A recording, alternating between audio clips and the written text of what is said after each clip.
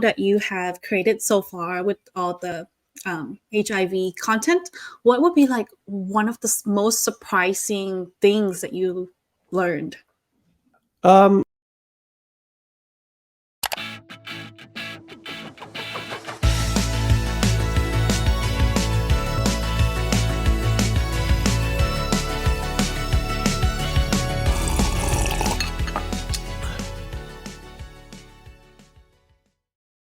Hi, guys. Welcome back to the Matcha Talk podcast.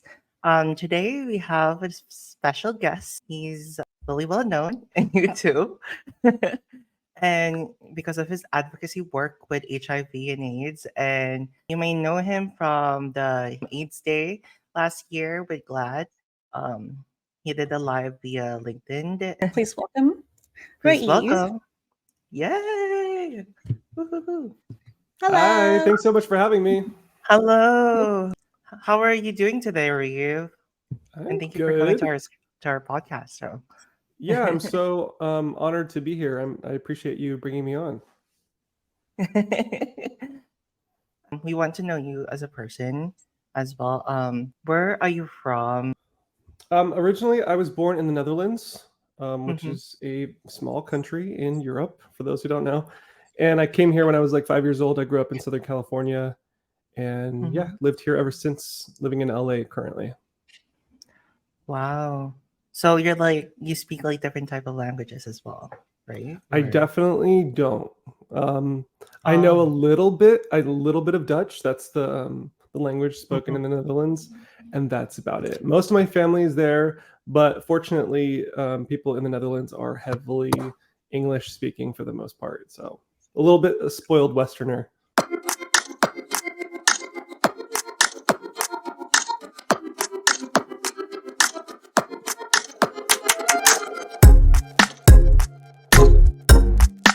With your advocacy work and a little bit your YouTube, where did it all started? I mean, it was kind of very organic, unplanned. I didn't have a map on how I was going to get to this point. I had no idea what it was going to look like.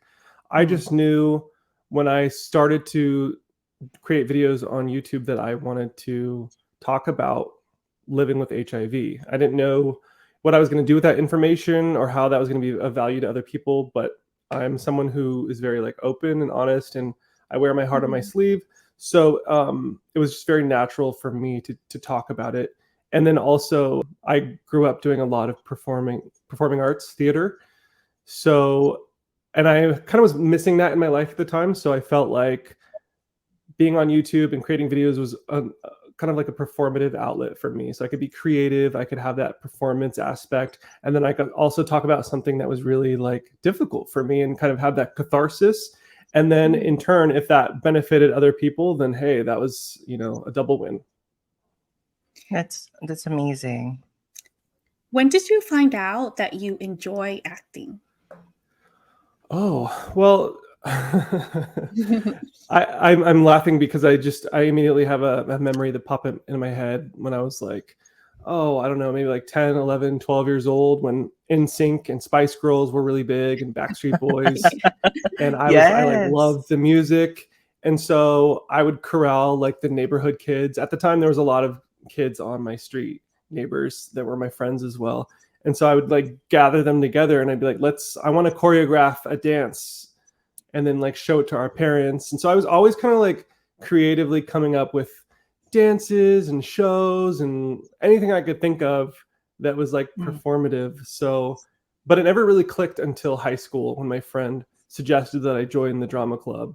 That I was like, oh mhm. yeah, that kind of like makes sense. Why don't I do that? And it kind of just fell from there. Did you also make them watch your performance?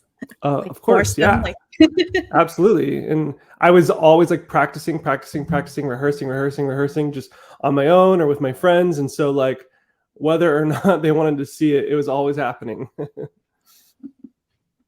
So were you like growing up as a gay person? Like, how did you like? Where did you discover that in your life? You were like identify as gay. Yeah, good question. I didn't identify with being gay until I was probably towards the end of high school, graduating. Mm, I was in Mm-hmm. deep denial for most of my life. And I would argue when I was younger, I didn't really understand what that meant to be gay. And because there was no visibility or role models in media presenting Yeah. what it means to be gay, there was Mm-hmm. nothing that I could like look at and identify with or relate to. All I knew about being gay was that it was a bad thing and that it was Mhm. like considered dirty. Yeah. And that I was called like every like slur you could think of related Mm, to being gay. And so I yeah. wanted nothing to do with that. I didn't relate to it. It's not that I was like denying being in love with another man and having a fulfilling life. That didn't even occur. It was like I was denying this weird, evil, marginalized thing that I couldn't relate to. It wasn't until towards the end of high school when I graduated and I just, like organically had crazy feelings for my best friend that it was kind of, I couldn't deny it at that point anymore. I was like, okay, there's something to this. It's not just a phase. Like, Mm-hmm. let me pursue this. That's funny because like the way I was, I kind of relate to that because the way I was kind of like came out the closet because it's because of my first email address. And yeah, I finally find out, and then they said, "We knew you love makeup when you're younger, you know." Um, They knew. have you like experimental phases in your life? Like dating, clothing, etc. Have you gone through those phases? As far as being gay, Yes, or yes. um, okay, so I guess that speaks to like visibility again because when I came Mm-hmm. out, I didn't really know what that meant. Like, I was like, do I need to dress differently now? Do I behave Mm-hmm. differently? Do I hang out with different people? Like, how does this work? Mhm.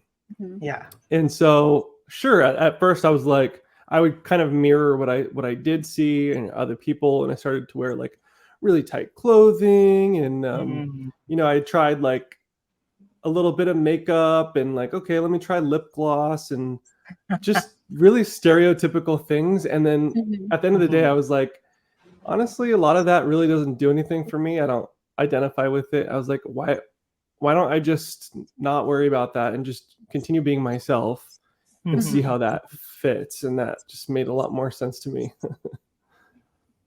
Did you ever dated a woman before, just to see like if you which way you're gonna go?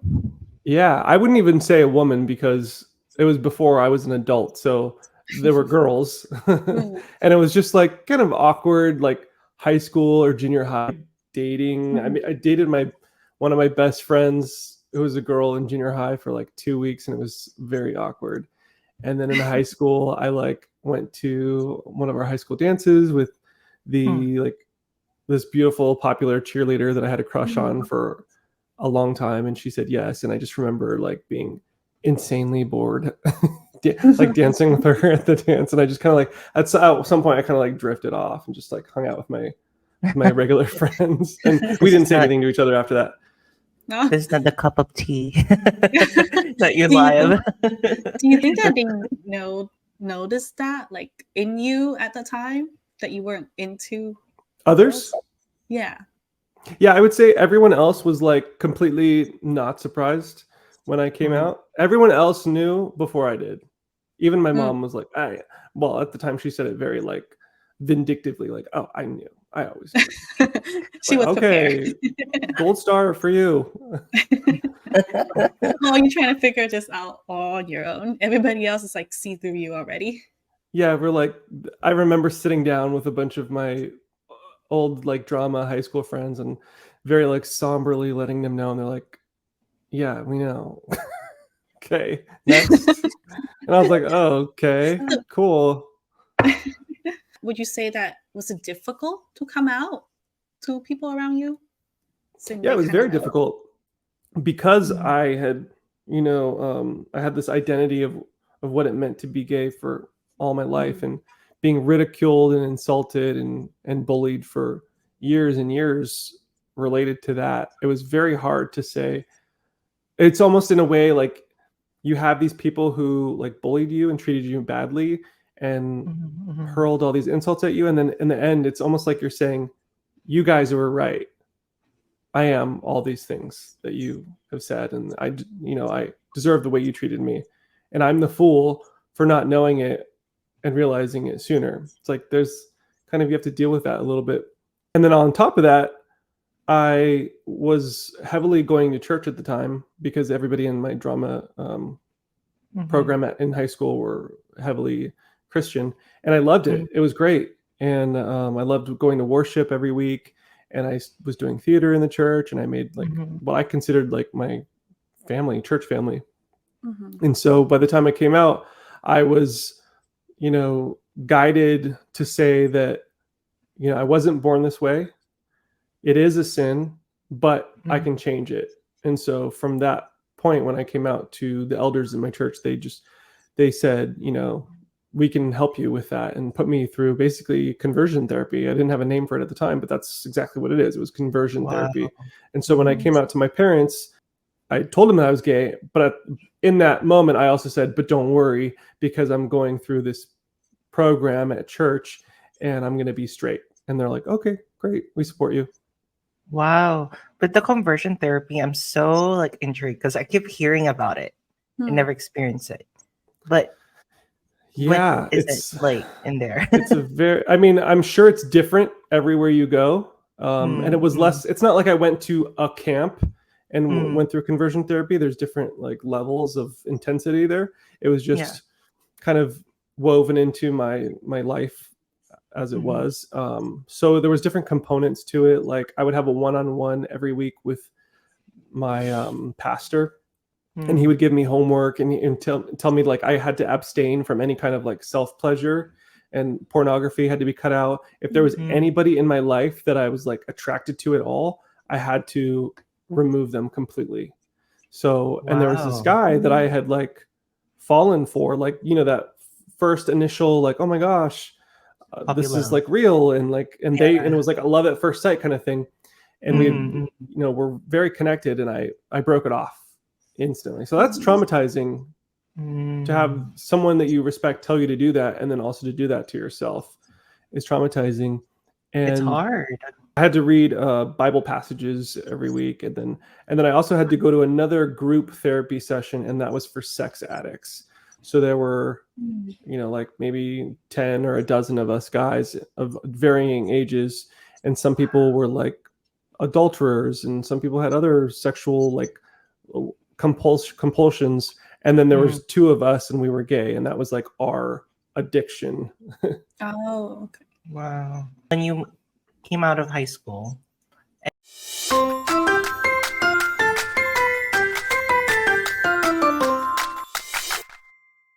served it and whatnot, but I don't know. It never really bugged me. Maybe because I've been through so much bullying and crap earlier in my life that I've kind of got a thick skin to that, and I know who I am in that sense. And then also seeing the positive, no pun intended, effects that I was having on people, that it didn't really matter at the end of the day. Yeah. Since you come out, in your YouTube, so how did the people around you that like didn't know before the YouTube come out, and like they heard it, like, oh, you have HIV, did they view you differently? If they did, it wasn't apparent to me. I didn't really notice that much, except for I had recently reconnected with my biological father's side of the family. I'd been estranged from him since I was like 4.5 years old. My mom and I actually were in hiding from him. He was in the Netherlands still, and I reconnected, and I, was kind of hopeful about discovering that part of my family, even if not him per se, but maybe everyone else in the family, and kind of connecting with them. And when I did my first video or two, my oldest half brother that I had just, realized was alive and had met, he messaged me and said, the family is aware that you're doing this type of content on YouTube, and if you continue to do it, they're going to disown you, and they'll pretend like you are not related to them. They don't know who I am or anything like that. And of course gave me all these excuses about how, it's different over there, and how it's dangerous for the family, and it, you know, puts a blemish on the Derazzi name, blah blah blah. And at that point I was like, you know, I had to make a choice between being true to myself and being honest with what is important to me, or this like lifetime of yearning to understand this side of my family. And I thought that comment kind of spoke for itself. If I wanted a relationship with these people, this was the kind of relationship that I could expect. And so I realized that's not what I want. I just want to live my life purposefully and truthfully. So I ended up continuing, obviously. Well, let me tell you something. Like, you really made a family. Like, the people you just like me. You made a family. Like, you enlighten us and to keep going with our life. You know, and yeah, you have like a internet family like us. So yeah, Yeah, it's interesting that it's like there are so many. I mean, there's now to date like about 40 million people living with HIV globally. That's a lot of people. But HIV has the ability to make you feel like you're completely alone. And so there's 40 million people around the world feeling like they're alone in a room by themselves. And so being able to connect those people and being able to communicate with each other is really important, and discovering, there's all these other people feeling the same way that I do, can be very, very healing. it's healing to me that you came out there and say, hey, you know, don't worry about your CD4 levels. You know, that's normal. And, you know, if you have any more further questions, just ask your doctor. Everything's going to be fine. Numbers always comes down and up. It actually, this is the first video that I'm going to talk about being an HIV patient. And because I want to do that with you because, you know, you inspire me. You inspired to keep going. And yeah, and I really thank you for that, you know, and especially growing up in a household, there's always type of like shame in this HIV. It goes hand in hand with being gay. And now like I can express that. And hopefully there'll be more people could, you know, say, hey, doesn't mean like I can like I'm I'm HIV positive. Sorry. um that I'm inadequate to the society. So Yeah, well, you're welcome, and thank you so much for, you know, sharing that with me. I'm really glad that you did find me and you did find my content and that it helped you. And I'm always thinking, you know, for everybody that does find the content, there's like 1,000, 10,000, 100,000 more people who haven't and don't have that. So I always feel like there's so much more that still needs to be done. And so like you too, with your podcast and talking about this important issue is really important as well. I think a part of me feels like, because I was born in the Netherlands, so I have a little bit of Dutch in me, a little European, but I'm half Moroccan, North African. And then I'm also like a quarter Indonesian. There's some Malaysian mixed in there, some Chinese. Oh. So I feel like that's like Asia, Africa, Europe. I feel connected, Yeah. different parts of me to different parts of the world. And so I feel like I need to reach out all globally and connect with everybody. I just love how your channel always grows. Like your plus life channel always grows. Like I see how you have weekly like news for HIV, like, you know, articles and stuff. And that's gives us like, oh, okay, cool. There's is progress in science, you know. Having a channel type of like that, it just so like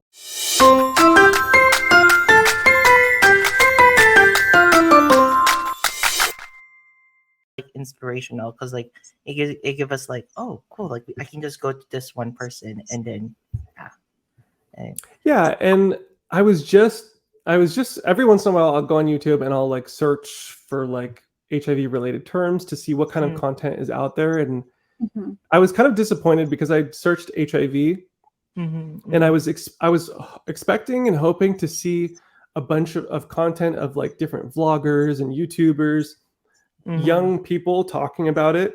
Yeah. And I have to say, I scrolled and scrolled and scrolled and scrolled through so many videos, and Yeah. like 99% of the videos were very like, they were either a corporation or a nonprofit organization Yeah. or, you know, a science institution. It was very like sciencey research, educational. It wasn't like you and me having a conversation. And I was hoping that today there would be more of that, and there isn't. So I definitely feel like there's still a need for a lot more of that.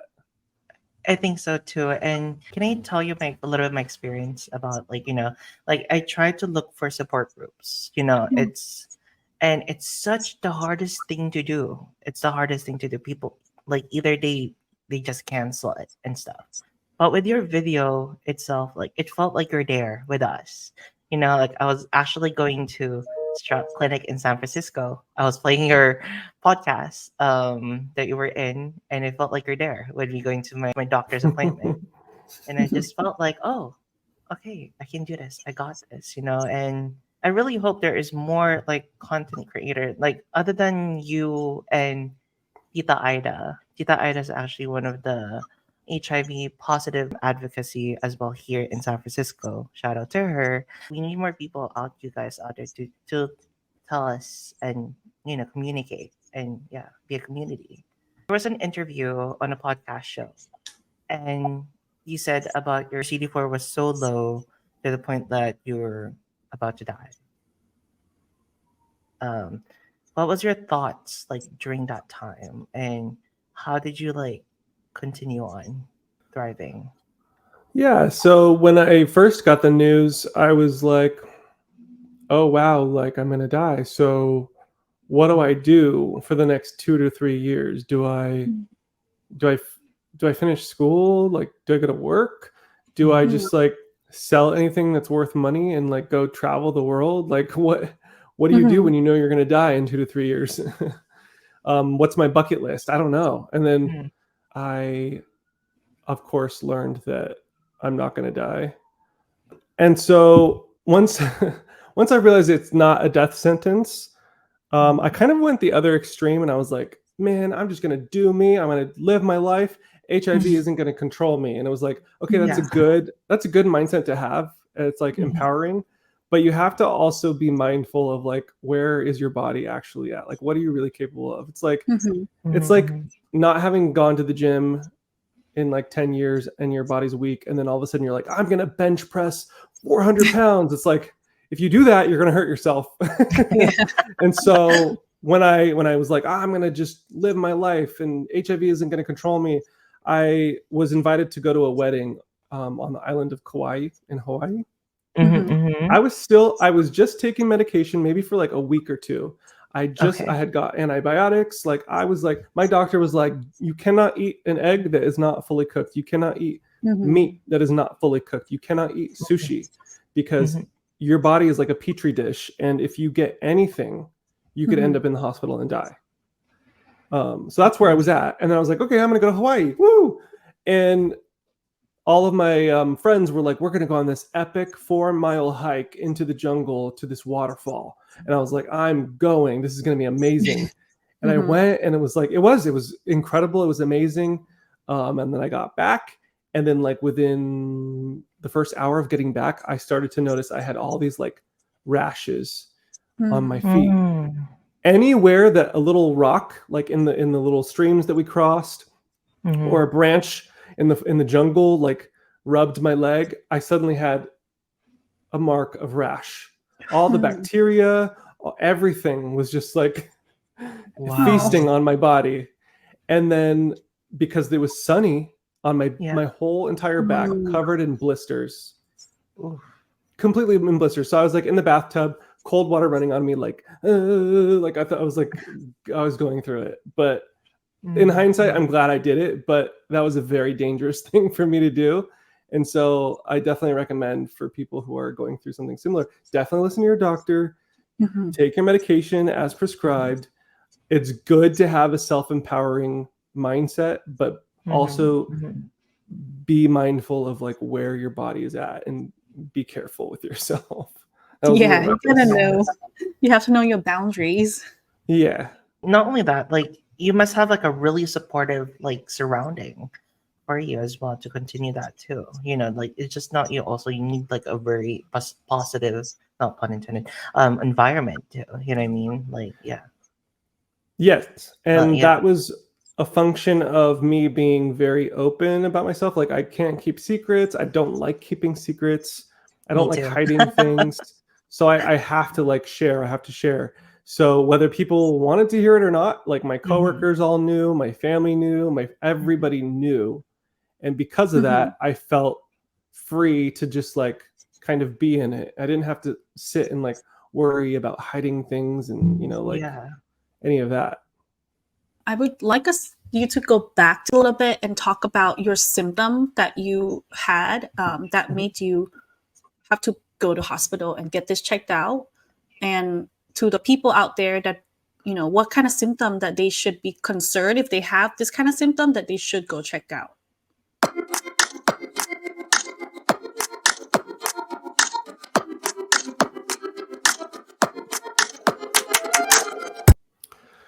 So I am hesitant to, I'll start off by saying I'm hesitant to call out certain symptoms. Aside from like Kaposi sarcoma or PCP, which is like late stage HIV progression and well into AIDS, where you have cancer and it's like a specific kind of cancer that you really only see in people with HIV. Aside from that, I don't recommend people trying to self-diagnose because many people self-diagnose or worried they have a rash, they have a blister, they have a bump, they have a this or that, whatever it is, and they'll think, do I have HIV? Do I have HIV? It's like you cannot figure out whether you have HIV based on your symptoms. The reason being, symptoms of HIV are simply that your immune system is suppressed. So name all the things that can attack your body in general if you don't have an immune system. Those are all the symptoms of HIV. This is like, it could be endless. You know what I mean? And there are some common things, but overall it's like everything is a symptom when your immune system is suppressed, right? So in that same line of thinking, any symptom that you have can be from anything but HIV as well. So the only really way to know is to get tested. That's it. Too many people come to me and they say, I have this symptom, I have that symptom, I think I have HIV. I'm sure I have HIV. No, I got an HIV test. I got 3 HIV tests and they were all negative in the past year, but I'm sure I have HIV because these are the symptoms I have. And that's not the good thinking. So to answer your question, I had oral thrush. I had extremely painful throat pain and it was not going away. I thought it was strep. I had it treated with antibiotics. It did go away for a week and then it came back again. And then I finally went to the emergency room and they just gave me a wide panel of testing just to cover all the bases. And that's when they discovered it was HIV. And oral thrush is literally your gut bacteria that's healthy and it stays in your guts normally. And it helps you digest food and all of that and extract nutrients. It's part of your body. But when your immune system is suppressed, it grows out of control. And it literally grew up out of my esophagus into my throat. How long did it take you to be cured with antibiotics for that? Like, the major things like that, I would say in a week or 2, I was feeling a lot better from that. There's this interesting thing that happens though when your immune system is that suppressed when you have AIDS. Is because your immune system is no longer fighting against infection. You're no longer experiencing a lot of symptoms. Normally, when you experience symptoms, that's a result of your body fighting it off. So if your body's not fighting anything, you're not feeling anything. So some people actually feel perfectly fine. And then once they start taking their ARVs or their HIV medication, all of a sudden their immune system turns on and they just feel like death because now their body is fighting things and they're experiencing all these symptoms. And it's like, what's going on? This medication is supposed to help me. I feel like it's hurting me. I felt that too because like my throat area started like, what's going on? Like and then I remember you said that exact same thing in your video. I'm just like, oh, okay, cool. That's my immune system fighting for me. Amazing. Yeah. Okay, cool. But if left to your own imagination, you start to think is it the medicine that's killing me? Is it like, is the medicine Mm. toxic? You know, so that's why education is so important, because oftentimes science is not intuitive. It's not A should equal X and B should equal Y, and that should just be 1, 2, 3. 1 + 1 = 2. Oftentimes science, although you think it should work like that, it doesn't. Nope, nope, nope. I wanted to know, like, what age were you like diagnosed? It was in 2012, so I was 27 years old. So, like, with 20, okay, so like with that, like, you're like growing older. How do you like take the fear out of that? Yeah. Well, when I was diagnosed and I thought I was going to be dead, I got to a place where I was like, okay, like, if that's it, then that's it. Like, okay, I got to make the most of it. And that sucks, obviously. And a lot of it was like, it was so fast. I hadn't really processed it. I'm sure if I knew that I was going to be dead in 2 to 3 years, like 6 months later, I would have been depressed or something. But it was all very early that I was, going through a lot of these emotions. So when I learned that taking the medication, I would be good, I would be healthy, it was like I wasn't worried about all the details. It was like, it's all a bonus from here. I'm not going to die. Okay. So if I have to deal with some crap later on, that's okay. And the reality is, one of my first medications I got was a tripla. It was I think the first single pill medication. And it was like, wow, okay, this new technology, I only have to take 1 pill now. But there were so many side effects, like hallucinations and brain fog, and ended up being very toxic on my liver, so that I had the liver of an alcoholic. And so in my mind, I was like, I might have to spend the rest of my life like experiencing really heavy side effects. And that was a little bit of like a weight, but at the same time, it was like, how can I complain? Like, I'm alive. And I'm free to do so many things. Yes.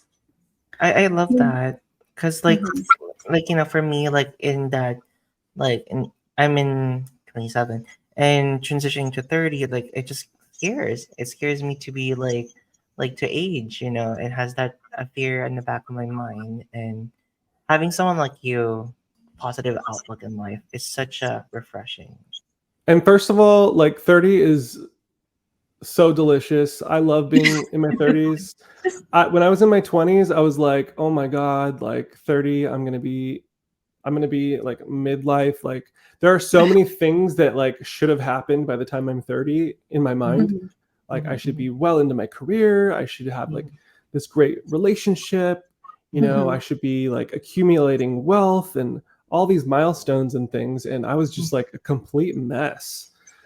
Like 29 years old, and I'm like, oh my God, like I was in this horrible relationship.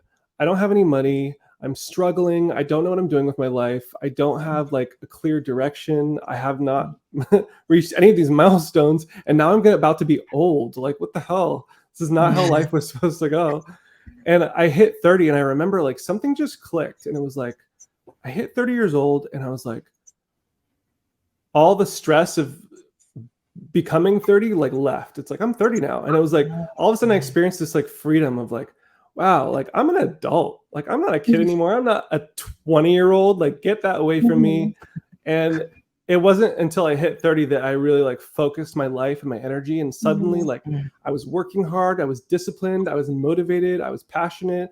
Like things really opened up for me. I just had this conversation with my sister recently, because she's 7 years younger than me.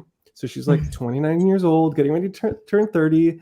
She's got, her husband and a couple kids, but she's like struggling in a lot of ways. And she's like talking about how she kind of like looks up to me because she sees me as like being successful and having my shit together and whatnot. And I go, Tosh, like, do you realize that at your age, I was a complete mess. I was a disaster. Like, I did not even start to get my stuff together until I was 30. So you're like still younger than I was when I started. And she's like, oh my God.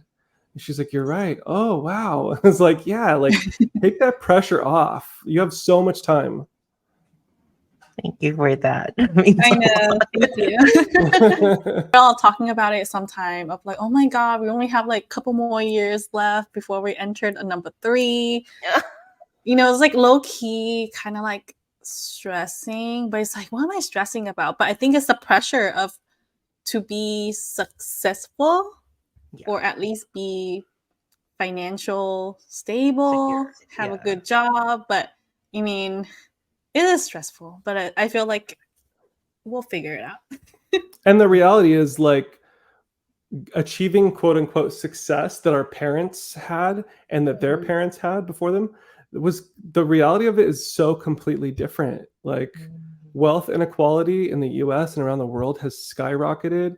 The affordability to buy a house is like Yeah. way out of control. It's like Mhm. it's not affordable the way it used to be. It's 3 times, 4 times what it used to be, more than that. And then we have inflation, we're on the brink of recession. Like, we have so many things stacked against us. It's not fair to compare ourselves to our parents or grandparents who bought a house for $20,000 and we're a bank teller and managed to be the breadwinner for their entire family. Like, that's not possible. Yep. No. I wanted to ask if anyone is currently newly diagnosed with HIV, they don't know what to do. Like, what would you tell them, and what are the steps that need to take? Primarily, start with your healthcare provider. Whatever they tell you to do that. Trust the tests. Don't, like, question the science of it and not in doubt. That doesn't help. Mhm. Take your medicine as prescribed. Take care of yourself. Take care of your body. Take care of your mental health. Create a support system. So even if it's just one person that you're able to share your diagnosis with, it's like crucially, vitally important that someone else knows who can also support you and that you can lean on when you need to, because you will have those moments. And then try to find a community, whether that's online or whether in person. Or Telegram. Or Telegram, exactly. I have a Telegram group. Thank you. And you can find the Telegram group at Thriving Fam. That's at Thriving Fam. You'll find our group. We'll let you in. And that's for people living with HIV. And then the next part is really just like what anybody should be doing with their life. But a lot of times we don't really take the time or the energy to focus on it until, we hit rock bottom, or we're faced with a huge challenge in our life, such as an HIV diagnosis. Then all of a sudden we go, oh, am I living my life as healthfully as I can? And then you start to analyze, like, am I being fit? Am I eating well? Am I getting all my vitamins, my supplements, my nutrients? How's my mental health? Do I have a lot of anxiety? Do I need to see a therapist? All these things you have to consider. A lot of times when you get an HIV diagnosis, it's that much more important. So and then from there, once you build that foundation, then it's really about, like, what's your purpose in life? What's your meaning? And what's going to, like, drive you moving forward? Because you're going to have tough times, but if you kind of know, you have a direction, then that'll get you through those tougher moments. I'm gonna quote Jonathan Vanis in this. Like, I watched his interview as well. He's an HIV positive. He's in Queer Eye. He said that HIV positive people taking care of themselves better than the non-HIV, positive. Crazy, right? Like, how this thing like really changed all of us in the most healthy, approaching healthy ways to the way we eat, mental health, and how we live.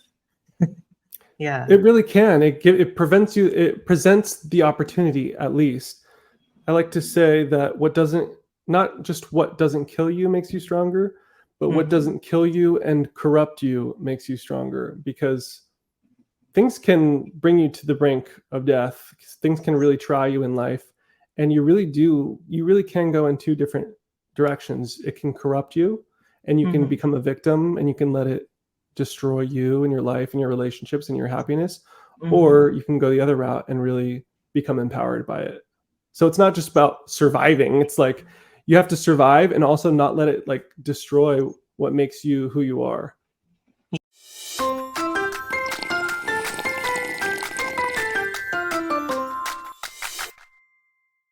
the first thing they will like look at is what the media is portraying HIV patient as, you know, like the scary part, the stigma. I just love how if there's more voices like you out there that say, like to fight the stigma, like, hey, I'm still here, you know. To the credit of a lot of organizations now and even pharmaceutical companies, they're really, I see a lot. I mean, the idea of seeing an ad for an HIV medication on mainstream TV back when I was diagnosed was like unheard of. Never seen it in my life.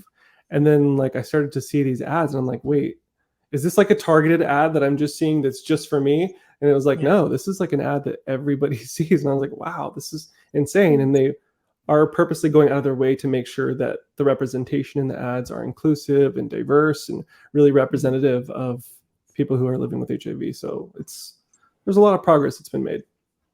I don't know if you about this before. This is just a fun part now.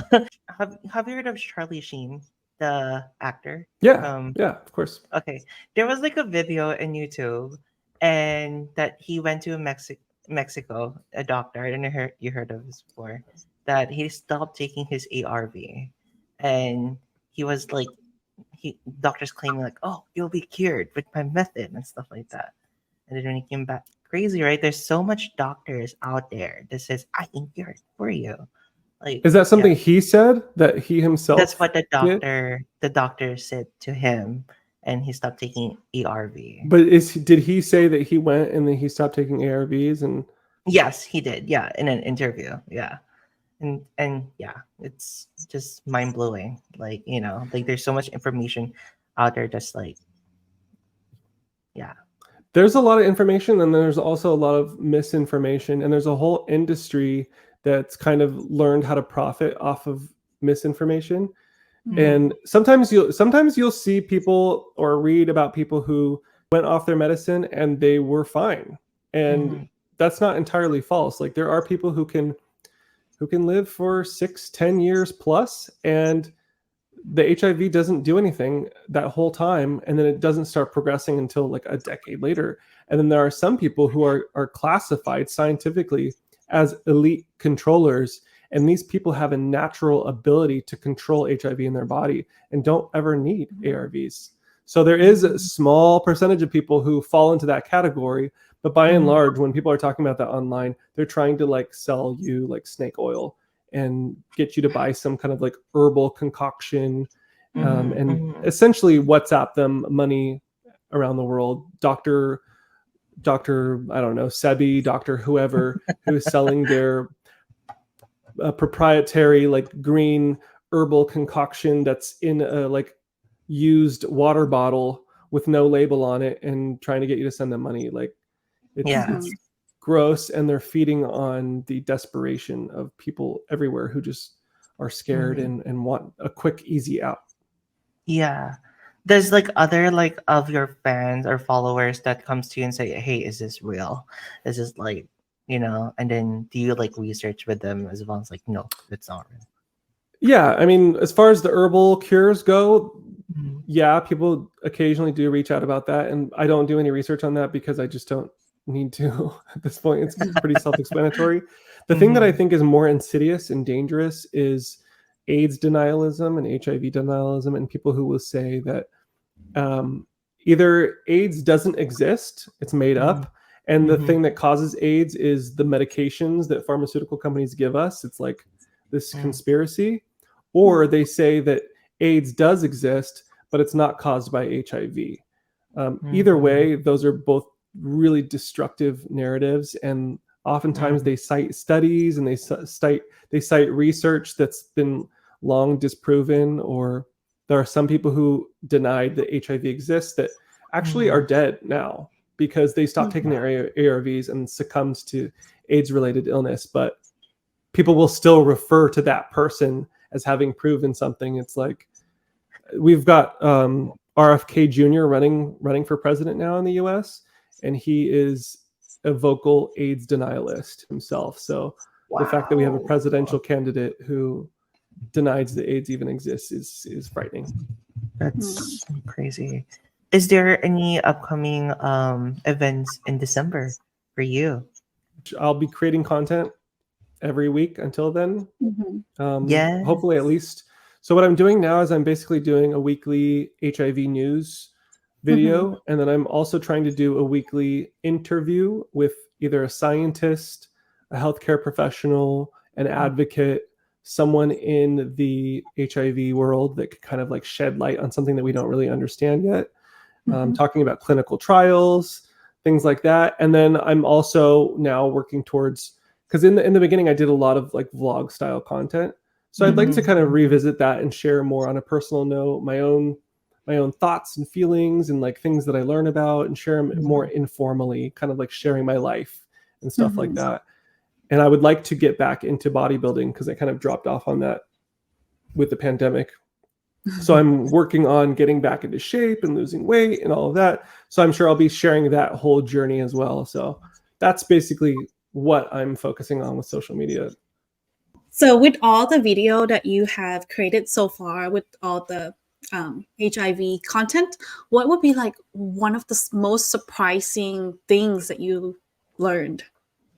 I think the most generally surprising thing for me was, as I'm doing more at my advocacy, I'm like, okay, I really want to learn things that aren't really taught every day. We get a lot of talking points about HIV, and once you're kind of in the HIV sphere, you hear a lot of times the same dozen or so talking points repeated, and they're important. And it's really important that we're repeating those things for people who need to learn it. But for the rest of us who've kind of heard U equals U, we've heard take your medicine and you can live a long, fulfilling life. Like we kind of want a little more. We need a little more than that, right? Yeah. And so in order for me to get that knowledge, I joined a community advisory board that works with HIV scientists and researchers. It's funded by the NIH, US government. And so now I have direct connection with these scientists and these researchers who are working firsthand on HIV cure, on HIV treatments, things like that. And I remember last year I was at a conference and I was sitting at a lunch table, and I was just at a table with a bunch of scientists I never met, and they were having a discussion about HIV. And they were talking about how those living with HIV have a higher risk of dementia, of developing dementia, and that there's HIV reservoirs in the brain, and that even when they're latent reservoirs and they're successfully suppressed by ARVs, they're still releasing proteins into the system, and those proteins are what causes inflammation. And so we living with HIV have chronic inflammation that causes things that we're not totally understanding of yet. But for me, it was a big eye-opener, because it's like, since my diagnosis, my doctors and healthcare professionals all told me, listen, if you take your medicine, you'll live a long, healthy life. Yeah. Aside from the symptoms of the medicine, and there really aren't any anymore, you're going to be totally normal and you don't have anything to worry about. It's like, oh, okay, great. And that's what I was telling people. But suddenly I learned, wait, it's not that cut and dry. It's not that black and white. There's all this nuance to it. And and for example, we have like 3 times higher risk of cancer. And it's like, wow, that's the surprise. Me in getting content and learning more about HIV, that really surprised me. And it was like, this is really, really, really important stuff, especially as we age with HIV, that we're aware of and that we're prepared mentally to either prevent it or deal with it as it comes up. Yeah. Based on your content, I saw one thing that surprised me was that I heard that 50% of women were diagnosed with HIV. And I was like, oh my God, that's half. Yeah. UNAIDS released their 2023 fact sheet. And in 2022, 53%, more than half of all people living with HIV in the world are either women or girls.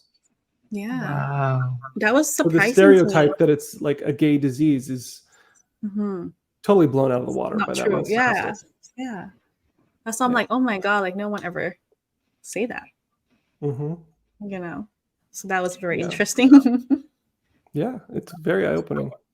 But your findings with all of these things, like about dementia and cancer, if the patient keep taking the medication, do they have like lower risk taking having this diagnosis, or it just really depends on genetic risks? So when I'm referring to those things, I'm referring to someone who is undetectable on successful ARV treatment. Regardless, when you're undetectable and you're on treatment, you have certain risk factors, because simply having HIV in your body, and the HIV is releasing these proteins into your body, that causes ongoing inflammation chronically throughout your life. You'll have a higher level of inflammation than someone who doesn't have HIV. And because of that inflammation, you're at higher risk for certain things like cancer, like dementia, and so on. Is there like preventative measures still, or is there like Yeah, so that's where the conversation naturally needs to go, is as we learn these things, okay, what can I do to prevent that, or what can I do to best mitigate those risks? So that's what I'm also researching, is like when a study comes out about something like propolis, for example. Propolis is a combination of bees' wax, honey, the pollen that bees bring back to the hive, all mixed together. It creates this compound called propolis. And for those of us who supplement, I think it's like 500 milligrams a day, this study showed a marked decrease in that chronic inflammation in our body that causes all these things. So those are the important conversations that we need to be having, for those of us living with HIV moving forward. Me and that, we're just so speechless, and how We gotta have like to let it sink in. a lot of thinking and a lot of processing the information, especially the listeners out there who are HIV positive. Yes. Will you be discussing more in regards of this, like preventative measures, or like of like inflammations in our body in your channel? Yeah, and I would put that in the category of comorbidities of living with HIV. And now that we have treatment that is highly effective, that's very low in toxicity, now that those of us living with HIV have life expectancy almost just as long as someone who's not living with HIV, now it's important to, as a community, talk about what it means to age with HIV. And so all the things you would naturally consider as you're aging are even more important now for those of us living with HIV. So that has to be the center of conversation. And I think moving forward with conferences and all these studies and researchers, a lot of people are redirecting their attention on, okay, now we're going to focus our energy, aside from cure research, focus on those of us in the now living with HIV and growing older. How do we deal with all these things? What are these things that are coming up that we maybe weren't aware of 10 years ago? Just wanted to let other people know, right? Because like there's some, when you're diagnosed with HIV, there's a lot of like stigma still. You can still have kids, right? You can still have kids as long as you're taking your ARV. You can get married. You can still pursue medical profession or other profession you want to be. So there's, right? You can still, and you can have HIV negative kids is the important note. You can be a parent living with HIV and have a kid, whether you're the mother who is living with HIV or the father, and have a child who is HIV negative. Did you like felt differences in your body? Oh, I felt more tired, or like any sensitivity of light or something like that, or I think that's a slippery slope to try to go down. And I think that it's really easy because it's such an unscientific thing, right? It's just your own anecdotal experience to say, before I had my diagnosis, this is the way I felt and this is the way I experienced life. And after my diagnosis, there are these other things that are negative. And so it must be the HIV, but we don't really know that. And it's easy to say, yeah, after my diagnosis, I feel more tired. But you know what? Before my diagnosis was also 12 years ago, 13 years ago, and I was 13 years younger then too. So how do I know it wasn't just I was in my 20s before and now I'm in my late 30s? Maybe that's why I'm tired. And the same thing goes with HIV medication. A lot of times people will want to say, I gained all this weight after I started taking HIV medication. It must be the medication. And it's like, it could be the medication. It could also be that you're getting older and your metabolism's slowing down. A lot of people get an HIV diagnosis when they're in their 20s and your metabolism is like kind of at its peak and it's starting to like go on the decline. So Yeah. would you have gained weight anyways? We don't know because it's not scientific. So because of that, I always say focus on what you have control over. If you think if you're really convinced it's the medication, okay, try something else. If that's not working, focus on what you have control over. You have control over your diet. You have control over your fitness. You have control over your anxiety levels, your sleep. All those things contribute to your metabolism and your overall health. So anything that you might think, oh, well, I get headaches now. It's like, okay, it could be the HIV, it could be the medication, or it could be that you're not drinking enough water. Yeah. Or that you're really stressed out about certain things in life, or your pillow sucks and you've got a cramp in your neck. Like, you know what I mean? True. Well, Raif, I'm so happy and grateful that you're here with us at Matcha Talk Podcast. We really, really thank you so much for your time. Thank you for being here. And before we go, would there be any last message for our listener out there? Yeah, I would just say be kind to yourself. Whatever it is that you're going through life, when you know better, you do better. And the reality is we go through life like flying blind for the most part. And we're often in circumstances that are less than ideal, out of our control. And so we're all just kind of like doing our best with the cards, with the hand that we've been dealt. And so be kind to yourself. If in the past, for example, I could judge myself and say, I made poor decisions, or I did this thing and the other thing that was negative. But it's like, if I really understood what I know today, I would have behaved differently. But it's impossible to know something you don't know. And I could give my past self all the advice in the world, all the wisdom in the world. I could literally be God coming down from heaven saying, this is the key to life.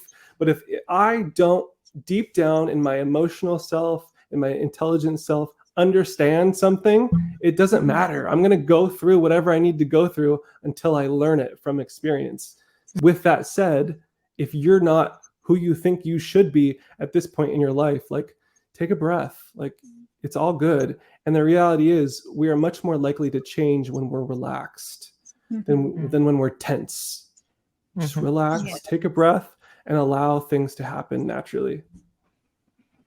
Thank you for that. Thank you. Thank you. We appreciate you. We hope you enjoyed our episode. Yeah, and thank you so much for having me on. It was a pleasure. today. I'm so glad that we Before you go, could have this please make sure to conversation. follow us on Instagram. Thank you so much for watching the Matcha Talk podcast. Don't forget our TikTok account. It's Matcha Talks. All right. We hope to hear from you soon. Bye. Bye.